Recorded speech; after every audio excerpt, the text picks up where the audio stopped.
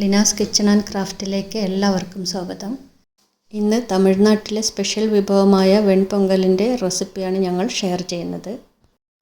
ഇത് കാരപ്പൊങ്കലെന്നും ഗീ പൊങ്കലെന്നും അറിയപ്പെടാറുണ്ട്. ഇത് വളരെ പെട്ടെന്ന് തയ്യാറാക്കാൻ പറ്റിയ നല്ല ഹെൽത്തി ആയൊരു ട്രഡീഷണൽ ബ്രേക്ക്ഫാസ്റ്റ് റെസിപ്പിയാണ്. ഇതെങ്ങനെയാണ് തയ്യാറാക്കുന്നതെന്ന് നോക്കാം. ഈ പൊങ്കൽ തയ്യാറാക്കുന്നത് പച്ചരി കൊണ്ടാണ്. 175 ഗ്രാം പച്ചരി എടുത്തിട്ടുണ്ട്. നിങ്ങളുടെ ആവശ്യത്തിനനുസരിച്ച് അളവിൽ വ്യത്യാസം വരുത്താം.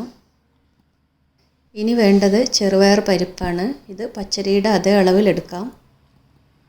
ഇനി ഈ ചെറുപയർ പരിപ്പൊന്ന് റോസ്റ്റ് ചെയ്തെടുക്കണം. ഇത് ഒരു 2-3 മിനിറ്റ് വറുക്കുമ്പോഴത്തേക്കും ചെറുപയറിൻ്റെ നല്ലൊരു മണം വരും.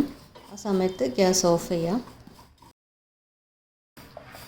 ഇതിന് പച്ചരിയുടെ കൂടെ ചേർത്ത് രണ്ടും കൂടി നല്ലതുപോലെ കഴുകിയെടുക്കാം.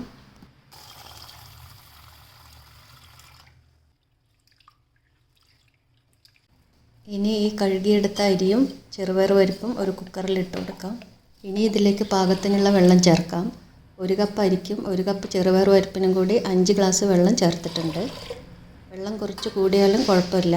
ഇത് കുറച്ച് അയഞ്ഞ പരുവത്തിലാണ് ഈ പൊങ്കൽ ഉണ്ടാവുക. ഇനി ഇതിലേക്ക് 1/4 ടീസ്പൂൺ മഞ്ഞൾപ്പൊടി ചേർക്കാം.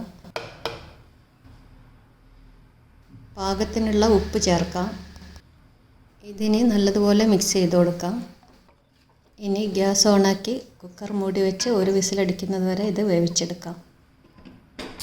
ഇപ്പോൾ 1 വിസിലടിച്ചിട്ടുണ്ട്. ഇനി ഗ്യാസ് ഓഫ് ചെയ്യാം. ഇനി ഈ പൊങ്കലിലേക്ക് കുറച്ച് ഇൻഗ്രീഡിയൻസ് വഴറ്റി ചേർക്കാനുണ്ട്. അതിനു വേണ്ടി ഒരു പാൻ ചൂടാക്കി 1 ടേബിൾ സ്പൂൺ നെയ്യും 1 ടേബിൾ സ്പൂൺ ഓയിലും ഒഴിച്ചു കൊടുക്കാം. ഇതിലേക്ക് 1 ടീസ്പൂൺ ചെറിയ ജീരകം ചേർക്കാം.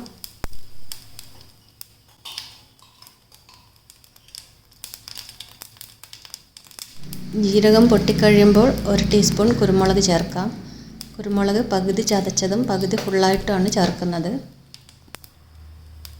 ഇനി 1 ടീസ്പൂൺ ഇഞ്ചി പൊടിയായി അരിഞ്ഞത് ചേർക്കാം. 1 ടീസ്പൂൺ വെളുത്തുള്ളി പൊടിയായി അരിഞ്ഞത് ചേർക്കാം. 2 പച്ചമുളക് മുറിച്ചത് ചേർക്കാം. 1 തണ്ട് കറിവേപ്പില ചേർക്കാം. ഇതെല്ലാം കൂടി ഒന്ന് വഴറ്റിയെടുക്കാം. ഇനി ഇതിലേക്ക് അണ്ടിപ്പരിപ്പ് ചേർത്ത് എല്ലാം കൂടി നല്ല ബ്രൗൺ കളറാകുന്നത് വരെ വഴറ്റിയെടുക്കാം. ഇതെല്ലാം നല്ല ബ്രൗൺ കളറായിട്ടുണ്ട്. ഇനി ഗ്യാസ് ഓഫ് ചെയ്യാം. ഇനി കുക്കർ തുറന്ന് അരിയും ചെറുപയർ പരിപ്പും വെന്തോന്ന് നോക്കാം. ഇത് 1 വിസിലടിച്ചപ്പോൾ തന്നെ വെന്തിട്ടുണ്ട്. അരിയുടെ വേവ് അനുസരിച്ചിട്ട് കൂടുതൽ വേവിക്കാം. ഇതിപ്പോൾ കുറച്ച് ലൂസായിട്ടാണ് ഉള്ളത്. ഇത് തണുക്കുമ്പോൾ ഒന്നുകൂടി കട്ടിയായി വരും. ഇനി ഇതിലേക്ക് നെയ്യിൽ മൂപ്പിച്ചെടുത്ത ഇൻഗ്രീഡിയൻസ് ചേർക്കാം. ഇതിൽ 1/4 ടീസ്പൂൺ കറിക്കായം കൂടി ചേർത്തിട്ടുണ്ടായിരുന്നു.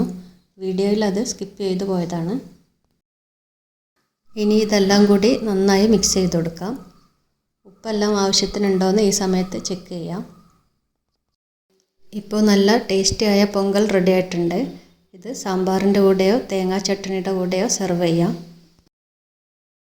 ഞങ്ങളുടെ ഇന്നത്തെ ഈ വീഡിയോ നിങ്ങൾക്ക് ഇഷ്ടമായെങ്കിൽ ഞങ്ങളുടെ ചാനൽ സബ്സ്ക്രൈബ് ചെയ്യുക, ലൈക്ക് ചെയ്യുക, ഷെയർ ചെയ്യുക.